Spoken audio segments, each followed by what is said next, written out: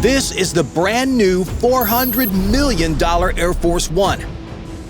At 8:30 in the morning on July 1st, 2026, it sits on the tarmac at Joint Base Andrews, Maryland, about to face its biggest test yet, carrying the President of the United States for the very first time.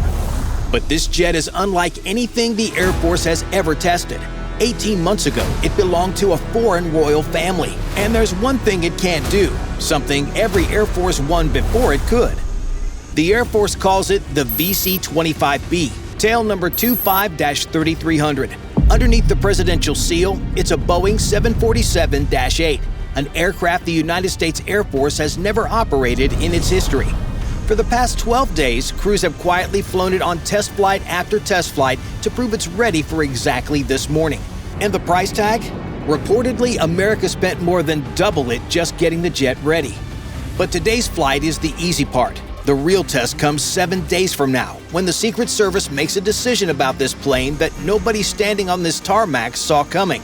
But first, follow the president up those stairs and through that forward door, because no Air Force One has ever looked like this on the inside. Walk through the forward door, and the first thing that hits you isn't the security, it's the silk. What you're looking at is roughly 4,500 square feet of cabin spread across 2 decks, about twice the floor space of the average American home, cruising at 40,000 feet. The interior came from Cabinet Alberto Pinto, a Paris design house that usually decorates super yachts, hand-woven carpets from Taiping, silk panels on the walls, polished sycamore and wakapau wood, and artwork by Alexander Calder hanging there where other aircraft mount safety placards. Toward the front of the main deck sits the master suite, a bedroom running the full width of the fuselage, with a king-size bed and a private bathroom and enclosed shower. The kind of room that finally matches the status of the world's most powerful man alive. Count the washrooms as you move aft and you'll run out of fingers. 11 of them. 2 full bathrooms plus 9 lavatories. More than 40 television screens hanging throughout the cabin. 5 of them 55-inch panels. There's a private office with built-in bookshelves, a formal dining room, 5 galleys linked by a food elevator so a hot meal can move between decks without ever taking the staircase. And yes, this 747 has a grand staircase, a sweeping curve of polished wood, the kind of staircase cruise ships put on postcards. At the top of those stairs sits the strangest room ever to fly on a presidential aircraft. A lounge the original sales brochure called a children's salon. An L-shaped couch, bookshelves, and a big screen TV. A royal playroom, now flying inside the most protected airspace in the world. Even the press corps hit the jackpot. On the old Air Force One, reporters rode in the tail in seats any economy passenger would recognize. Back here, this plane carries 14 lie-flat pods in tan leather, each with lumbar support, a built-in massage function, and a personal TV screen showing whatever channel the White House selects. This morning, that's Fox News. Mid-flight, Trump walks back and opens with, "It's a long walk to you. It's about 3 times the walk we used to take, right? I hope you like it." But here's what every engineer watching this already understands, and it will decide how this story ends. On a real Air Force One, the luxury is the cheap part. The serious money goes into what you cannot see. Hold that thought and step back outside for a moment, because the transformation of this jet didn't just start in the cabin. It started with the most public change of all, the paint. For 64 years, every presidential Boeing wore the same powder blue and white. Born in 1962 when President Kennedy and designer Raymond Loewy sat in the Oval Office floor sketching with crayons and cut-up paper. Loewy's earlier concepts included red and gold. Kennedy looked at them and asked for blue. Now Trump has reversed that decision almost color for color. What you see here is the design he first showed off as a desk model in the Oval Office in 2019. White on top, a deep navy belly, a red stripe running nose to tail, and a thin gold accent line beneath it. Now look at the tail. The American flag up there isn't the flat, static rectangle that flew for 6 decades. It billows, frozen mid-wave. Engineers actually fought this paint job. Dark paint absorbs more heat, and an Air Force One review once warned that a Navy belly could push sensitive electronics beneath the floor past their temperature limits. A retired Air Force intelligence officer added a second problem. A dark belly stands out against a bright sky. easier to spot from the ground. The old baby blue wasn't just elegant, it was air conditioning and camouflage in one coat. So the paint crews took no chances. They rehearsed the scheme on a scrap business jet fuselage, then painted an entire military 757 as a practice run, and learned the hard way that you have to spray the Navy belly last. The result? In the words of the L3 Harris executive who ran the program, when you see it up close, you can actually see your reflection in it. And that mirror finish stretches a very long way, because the canvas underneath it is the longest passenger aircraft flying today. It's exactly 250 feet and 2 inches long. The Wright brothers' entire first flight, takeoff to landing, covered 120 feet. It could have happened twice, end to end, within the length of this airplane. The wingspan is just under 225 feet, and notice how the tips sweep back and taper like a fighter's instead of turning up into little fences.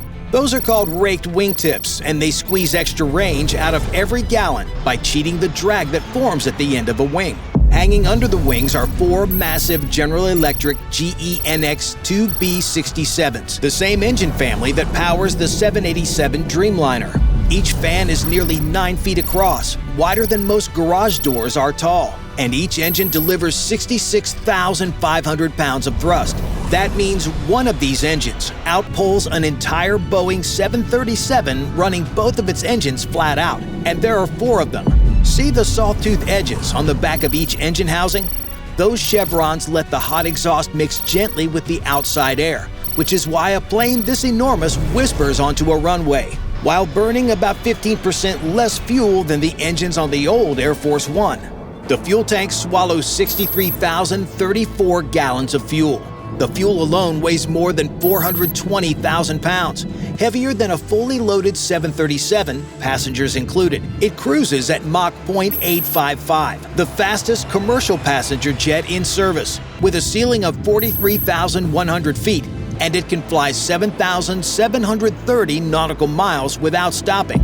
Washington to Tokyo non-stop with fuel to spare. It's also one of the rarest aircraft in the sky. When Boeing closed the 747 line in January 2023, only 48 passenger versions of the 747-8 existed. Now, the plane it's replacing, the 2 old VC-25As, are 747-200s delivered in 1990, so old that mechanics hunt for their parts the way car collectors hunt for carburetors. And the old queen has already shown her age. 6 months before this flight, she was carrying Trump across the Atlantic when the cabin lights failed and she had to return back to Andrews. That night, this jet became inevitable. But the reason this machine exists at all, the reason the Royal Flying Palace became Air Force One in months instead of years, has nothing to do with wings or engines. Remember the serious money that goes into what you cannot see? What happened to this jet where you can't see it is one of the most secretive engineering sprints in modern American aviation. When the Pentagon took ownership in May of 2025, it didn't send the jet to a paint shop. It sent it to L3 Harris in Texas, first San Antonio, then a 23-minute ferry flight to a 430,000 square foot hangar complex here in Waco. The Air Force's entire public statement about what happened inside, details related to the contract are classified. The first problem? This was a used aircraft from a foreign government. Accepting it is like being handed a free pickup truck by a stranger who really wants you to have it. You don't check the oil, you don't take the dashboard apart. Before any real work began, electronic warfare specialists and government cybersecurity experts performed what L3 Harris politely calls electronic scrubbing, hunting the airframe for listening devices. The company's president, Jason Lambert, summed up the result in one sentence. Every square inch of that plane was clean. Whether the sweep turned anything up before the plane became clean, nobody has ever said, and nobody who knows is talking. Then started the sprint. Around 400 workers holding presidential-level security clearances, 3 shifts, around the clock, for 10 months, on a job the previous Air Force Secretary estimated should take 3 to 4 years. They beat the clock the only way physics allows, by not moving anything. They didn't move a single interior wall, because moving walls in an airliner means recertifying structure, which is why the President of the United States now flies in the previous owner's exact floor plan with American leather stitched over the top. What they did add mattered more. a secure communication suite tying the president into classified and unclassified networks anywhere on the planet, and a self-deploying air stair, so Air Force One never has to borrow a staircase from a foreign airport if needed. The Air Force had never operated a 747-8 in its history, so the free plane triggered a shopping spree. It leased a 747-8 freighter from Atlas Air and bought used jumbos from Lufthansa just to teach presidential flight crews how to fly the gift.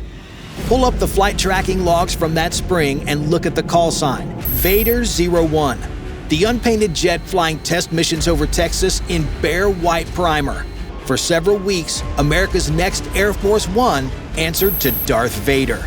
On June 19th, Trump unveiled the finished jet in a hangar at Andrews, and the Air Force began commissioning flights. Its own term for them? The aircraft's final exam. But step back from the hangar floor, and one question hangs over the entire 10-month sprint. America has never had to sweep its own Air Force One for foreign listening devices, because it has never flown a used one before. Boeing doesn't build cabins like the one you toured either. Nobody in America does. So whose palace was this, and why on earth did its owner give it away? For years, the fuselage carried the answer in its own registration, A7HBJ. And HBJ is not random. Those are the initials of Hamad bin Jassim bin Jaber Al Thani, the billionaire former prime minister of Qatar.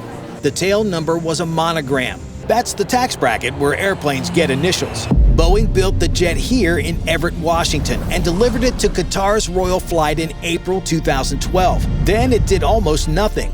It went up for sale in 2020. The logbook showed 1,069 total flight hours, about 2 hours per week. Plenty of Americans put more hours on a riding mower, and nobody bought it. It sat on the market for 5 years with no published price. Buyers had to call for a quote.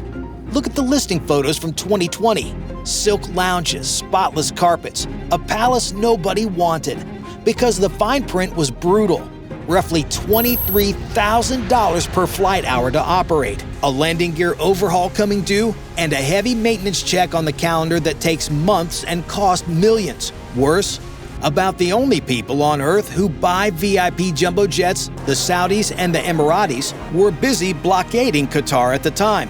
One aviation analyst later called what happened next a creative disposal strategy. On February 15, 2025, the jet appeared at Palm Beach International Airport, and Donald Trump, publicly furious that Boeing's new Air Force Ones were years behind schedule, walked through it personally.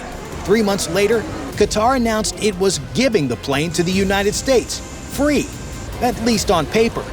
Bloomberg pegged the actual resale value of a 14-year-old jumbo at closer to $100 to $125 million.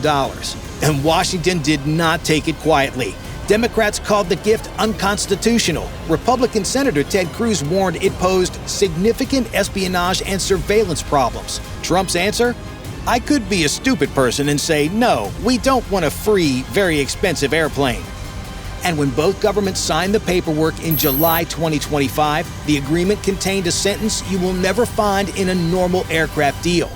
Nothing in this document, it declares, shall be interpreted as any form of bribery, undue influence, or corrupt practice. Normal aircraft deals don't need that sentence. But most Americans never heard the strangest part. Qatar had run this exact play before. In 2018, another Royal 747-8, this one carrying an onboard hospital with a gyro-stabilized surgical bed that stays level in turbulence, also failed to sell. So the Emir gifted it to Turkey's President Erdogan. Same fleet, same problem, same situation. Remember that Turkish jet. It returns at the end of this story in a way nobody could have scripted. So Qatar unloaded a palace it couldn't sell, and America got a flagship it didn't have to buy. It only had to gut it, sweep it, repaint it, and trust it. Right now, that bed is 7 miles above the American heartland, flying the very first presidential mission of its life. But after all the money and all the overtime, one uncomfortable question remains. What does this gilded jet still not have? The answer starts with a small bump on the old plane's nose. Pull up any photo of the old VC-25A and look just above and behind the cockpit windows. See that subtle hump in the metal here? This is an aerial refueling receptacle. A tanker flies ahead, extends a rigid boom, plugs into that port, and pumps fuel, which means the old Air Force One's range is, practically speaking, unlimited. As long as tankers keep coming, the president can stay airborne through almost anything. That's not theory. A tanker crew reportedly topped up Air Force One during George W. Bush's secret Thanksgiving flight into Baghdad in 2003. The capability exists precisely for nights like that. Now look at the new jet's nose. Smooth metal, nothing there. Now, the part worth understanding, because it explains why they didn't simply install one, a refueling receptacle is not a part, it's surgery. Fuel arriving through that port has to travel down through the pressurized crown of the fuselage, back along the airframe, and into the center wing tank, through dedicated plumbing with pumps, valves, and venting engineered to accept thousands of pounds of fuel per minute without overpressurizing a tank at altitude. Every inch of that routing punches through structure that was certified down to the rivet. It's like deciding your truck needs a second fuel door on the roof that has to feed the tank by running lines through the cab. You're not installing an accessory. You're re-engineering the entire vehicle. As you can imagine, it's an absolute nightmare on a finished 747. That is years of work, and this program only had months. Now the twist inside the twist. They didn't just skip that capability on this interim jet. The program deleted it from the brand new Air Force Ones Boeing is still building. That decision came during Trump's first term, part of a cost-cutting push that trimmed roughly $1 billion from the program. Reportedly, around $500 million of it from removing the refueling system alone. The one capability whose absence now limits the president's plane was cut from the program during his own first term. A cost-saving decision made years before anyone knew he'd inherit the problem. And that missing bump is the only visible gap. Compare the two silhouettes. The old plane's fuselage carries fairings and bulges housing its defensive countermeasures, the lasers, jammers, and decoys that guard a president's aircraft. Analysts studying the new jet found no visible equivalent. Its spine carries a noticeably thinner forest of antennas, and as a former Air Force secretary explained, you just can't glue more on. Antennas demand structural changes. And then there's everything nobody will discuss. The old VC-25A is hardened to keep functioning through a nuclear event. It carries 85 telephones, freezers stocked with 2,000 meals, and a medical annex with a fold-out operating table and a doctor on every single flight. Engineers build it to feed, connect, and protect a commander-in-chief through the worst day in American history. Asked directly whether the new jet matches that standard, the executive who built it deferred every question to the Air Force. The Air Force's answer is a masterpiece of careful wording. It took no risk. It merely accepted trade-offs in less commonly used mission sets, a category that apparently includes surviving a missile attack. Defense analyst Jeremiah Gertler put it plainly. This jet looked better suited to only work as a domestic aircraft. Somewhere over the Midwest, a reporter in the press cabin asks the president about Iranian threats against Air Force One. Trump shrugs it off with a dark grin. I'm number one on their list before you. But if I go, you go. The pool laughs. Nobody on board knows how quickly that joke is going to stop being funny. But none of that matters this morning. Today's mission is exactly the mission this plane was built for. Fast, comfortable, and entirely inside American airspace. Below the nose, the Missouri River slides into view. The first flight of the new Air Force One begins its descent. At exactly 10:30 a.m. Central Time, 18 wheels kiss the runway at Bismarck Municipal Airport. Crowds line the airport fence. One spectator sizes up the 747 next to a small plane parked nearby and tells a local reporter, "That thing is huge. It's like a mom and a baby." Senator John Hoeven waits at the bottom of the stairs. From Bismarck, the day turns into pure Americana. Marine One carries the president west toward Medora, and he rolls into town aboard a flag-wrapped Freedom 250 train. The same way Theodore Roosevelt arrived in these badlands in the 1880s, escorted by horseback riders dressed as Roosevelt's Rough Riders. At a sold-out amphitheater, nearly 3,000 people watch him dedicate the brand-new Theodore Roosevelt Presidential Library. He even bought a gift, Roosevelt's Medal of Honor, carried from the Roosevelt Room of the White House, the first cargo of the most luxurious Air Force One ever flown. a 125-year-old medal belonging to a president born in 1858. The flight itself, flawless. Under 3 hours, smooth, fast, not a single reported hiccup. But one detail almost nobody on the ground noticed. Shadowing the new jet the entire way was the old Air Force One, flying for the first time in years as a mere backup, stripped of its famous call sign and answering to SAM 47. Arguably the most protected aircraft ever built, demoted chase plane for a Qatari hand-me-down. Keep that image in your head, because as the crowd watches the new jet climb out of Bismarck, nobody knows its first real test is only a week away, and it will fail that test quietly in front of the entire world without a single thing breaking. 3 days later, on July 4th, America's 250th birthday, the new jet thunders over the National Mall flanked by 4 F-22 Raptors, the billowing flag on its tail closing out a 9-hour flyover above the Capitol. On July 7th comes the first international mission, a NATO summit in Ankara, Turkey, of all the cities on Earth, the capital of the only other country whose president flies a Qatari gifted 747-8. The sister ships, given away 7 years apart, parked in the same country at last. Then comes July 8th. American strikes on Iran have resumed, and somewhere in the White House, the Secret Service does the math you can do on any map. Ankara sits about 800 miles from Iran, comfortably inside the reach of Iranian missiles. England sits 2,500 miles away, far beyond it. And there's the refueling math. The old plane can climb out of a threat ring and stay airborne all night behind a chain of tankers. The new one has to come down. So the president leaves Ankara aboard the 36-year-old hardened VC-25A while his brand new jet flies ahead of him, without him, to the safety of England. Only there, outside of the threat ring, does he swap back for the calm ride across the Atlantic. Read that decision like an engineer. When the mission got dangerous, the Secret Service sent the Palace to wait outside the danger zone, and the old Queen flew the president through it. Every classified question this video couldn't answer, answered in one flight plan. The Air Force told us from day one, it's in the name. Not Guardian, not Liberty, Bridge. A stopgap until Boeing's real Air Force Ones arrive in 2028 and 2029. From a contract so painful, Boeing has already eaten over $2 billion in losses on it. When they arrive, the plan sends this jet to Trump's presidential library. Before January 1st, 2029, still young, still airworthy, and still the most luxurious aircraft ever to carry the call sign. If you want to see how the White House protects Trump when he's at work, watch this video. Bye for now.